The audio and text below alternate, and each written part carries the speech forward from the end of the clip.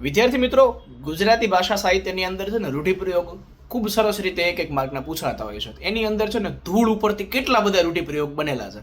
અહીંયા આવો તમને બતાવું ધૂળ ઉપરથી કેટલા બધા રૂઢિપ્રયોગ છે.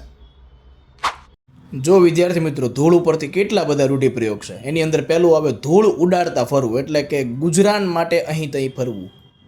ગુજરાન માટે અહીં તહીં ફરવું.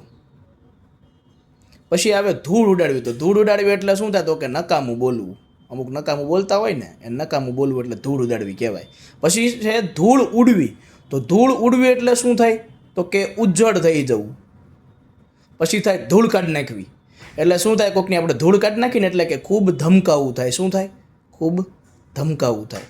પછી છે ધૂળ ચાટતું કરવું. તો ધૂળ ચાટતું કરવું એટલે શું થાય? તો કે આનંદના ગીતોથી ગર્જના કરવી. શું થાય?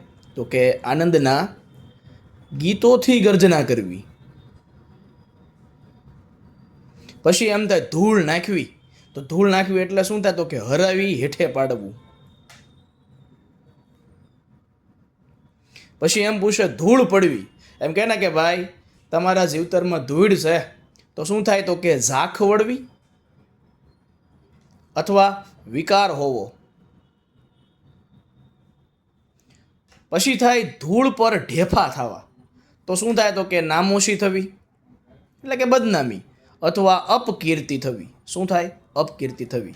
તો આટલા છે ને એ ધૂળને લગતા છે, એ જબરજસ્ત રૂઢિપ્રયોગો છે. તો આવા ને આવા વિડીયો જોવા માટે અત્યારે જ મારું આઈડી એટલે કે હિરેન ભરવાડ સર છે, એને ફોલો કરી લેજો. મોજ આવે તો લાઈક કરી દેજો અને કોમેન્ટ પણ કરી દેજો.